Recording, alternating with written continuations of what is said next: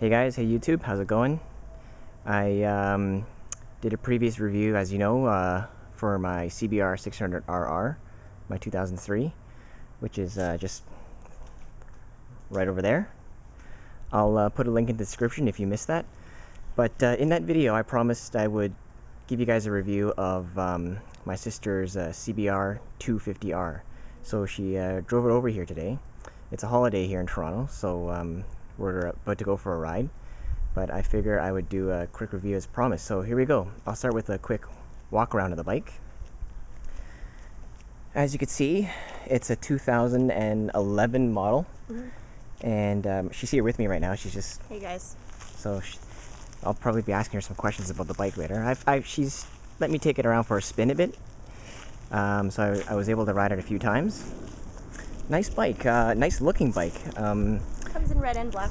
Comes in red and black, that's right. And this is as far as I know, the last time Honda made a 250 was quite some time ago. I think the last 250 that a Honda made was in the 90s, right? In the late 90s. Somebody can correct me if I'm wrong there in the comments, but this is the 2011 model. And is it ABS? Is this the ABS model? This one is not. This is not the ABS model, but you don't... I have not felt a need to have the ABS, to be honest.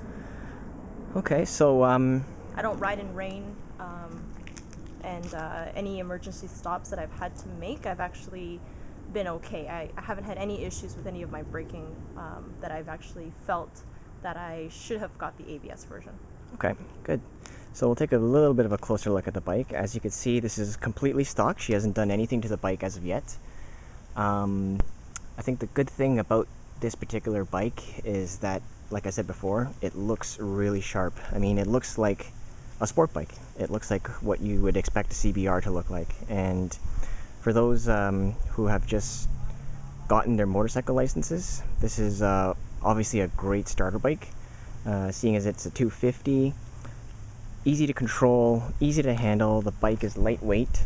Feels a lot like the bike that you would have tried out during your M1 exit course if you did it. Right, so as you guys know from my last video, when we do the course here, one of the bikes that are offered is the CBR125, and this is pretty much the closest thing you can get and better once you pass that course and want to hop on a motorcycle for the first time. So it's got the single headlight there, and the what I like about the bike, actually, it's got a really nice I guess, what do you call this, like a gauge system here. So we've got about a 10,500 RPM redline. Have you taken it to redline yet? No, she hasn't taken it to redline yet. Or at least if I did, I didn't notice. Okay. On the way over here, I actually happened to look down at my speed, and I was going about 125, 128 before I realized I was going pretty fast. So those of us who are wondering, you know, can a 250 really keep up speed on a highway? I think that's what a lot of people are wondering. Does it have enough power to get around town and even go on the highway? And the short answer, I would say, is yes. Do you have anything to add to that? Yeah, the answer is yes, absolutely. Like I said, on the way here, I was keeping up with traffic. To be safe, I wasn't being in the fast lane, but I definitely was able to keep up with traffic. I was passing vehicles, and I was going a good, comfortable 120, 125 on the highway without any major engine heating issues or feeling like the bike couldn't take it. So for those, we live in Toronto, Canada, so that's 125 kilometers per hour is what we're talking about there, obviously. Speed limit on the highway is like 100, right? So 100 kilometers, right. So the short answer, as my sister just said, is yes, this bike can keep up with highway speeds. Obviously, you're not going to be setting any speed records, and that's not what this bike is for. This bike is a very, at least from when I rode it the first few times, very comfortable bike. It's not as, the seating position is not as lean forward. Yeah, it's definitely upright. Right, so it's not as, I find that on my 600RR over there, I am leaned over quite a bit, and that's because it's a sporty stance, and it gets hard on the arms and the wrists. So I mean, I won't deny that. It's, if you're driving for long distances, it's not the most comfortable bike to be on, but this one seems to be a lot more comfortable. on the same note, because you're sitting upright, it feels different on the highway. So, I mean, keep that in mind. You don't really want to be going any faster than about 125, 130. Otherwise, you're gonna have to really lean into the wind a lot. So, I mean, it's a great bike for getting around, but you're not really using this bike to weave in and out of traffic. I mean, right. That's really not its purpose. So great bike all around. You don't have any mods on there right now, but I believe you're going to be switching out the exhaust sometime soon. And possibly getting some fatter tires on there. Okay. Other than that, it operates exactly the same as your 125 CBRs that you would all be comfortable with. And I just did a pretty long ride with a bunch of guys, and I obviously ride with my brother all the time, and I'm able to keep up with them and have better fuel efficiency than a lot of the guys. So really, I'm happy. I have told my brother so many times I really have no reason to change or to upgrade at this point. Yeah. So there you go. That's the CBR250R. I think it's a great bike, actually. To be honest, I mean, Honda did a really good job.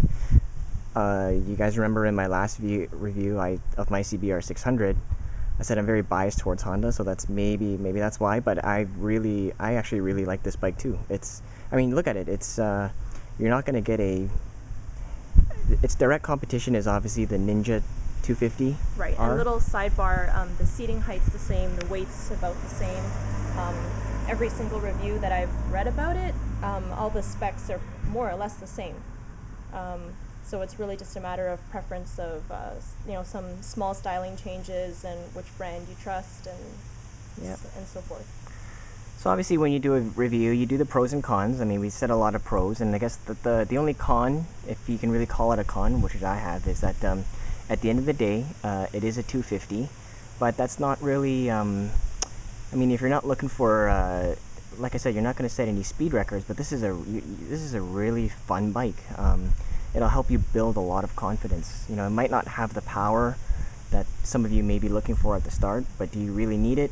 Who knows? I mean, like, I have, don't get me wrong, I have a lot of fun on my CBR 600R with a lot of the power, but sometimes, especially if you're riding in the city, you just don't need it. The good thing about this bike is that it handles very well, right? Mm-hmm.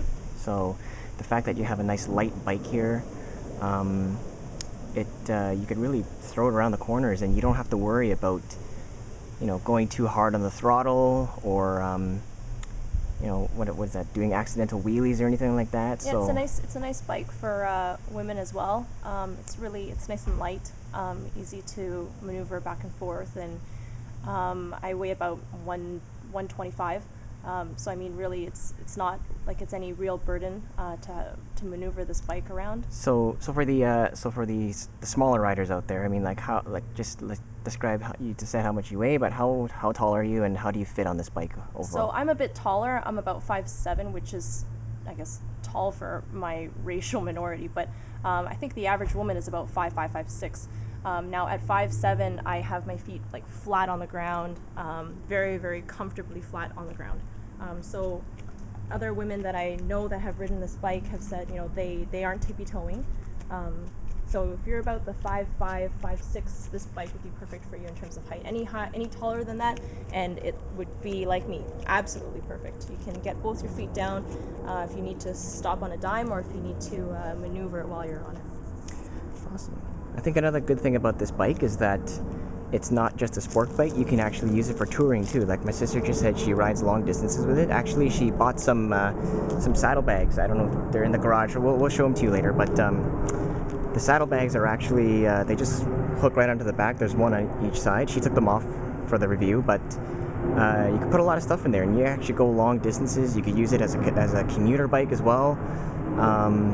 I could see it, this bike being very handy if you're just want to get around from place to place. So if you guys are looking for a review on the Nelson Rig mini saddlebags, let us know, and we can do that. Just a little sidebar, I found them that they fit very well on my bike, and so if you guys want that kind of review, then let us know, and we can do that as well. We can do a review of the exhaust when you put it on too. Right. So let's start this up for everybody to hear it out. You can hear what it sounds like. I know everybody likes to hear what these bikes sound like nowadays.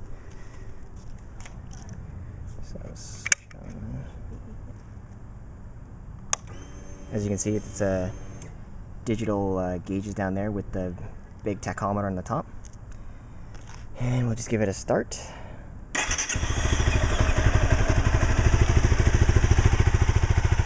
So there you go, that's how it sounds at idle.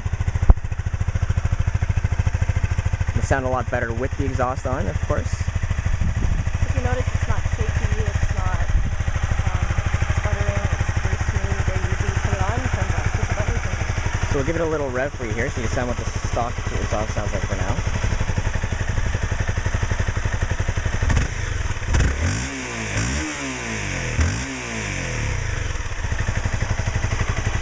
Once again, I'm not going to rev it too high because in my last video you heard me talk about my neighbors, so I do not want to get them mad again. So that's it. I'm just going to do a final walk around of the bike. What do I have to say in closing, I guess? If you have any questions, just ask. Any questions, leave a comment. Both of us would highly recommend this bike. So it's not just for, I guess to end things off, this bike is not just for a beginner rider. Anybody who rides can actually have fun on this bike. And you know, when I hopped on this thing, even just going for the joy of riding, it is loads of fun. It's a Honda, you know you're getting a good product. It's a CBR. Price is pretty decent for a brand new one. Price is actually very good for a brand new one, that's right. As well as insurance, at least for a female. That's right. So if you have any questions, let us know, but that's it. I think we're going to go for a ride now, so I'm going to shut this down. But until then, thanks YouTube, and we'll see you later.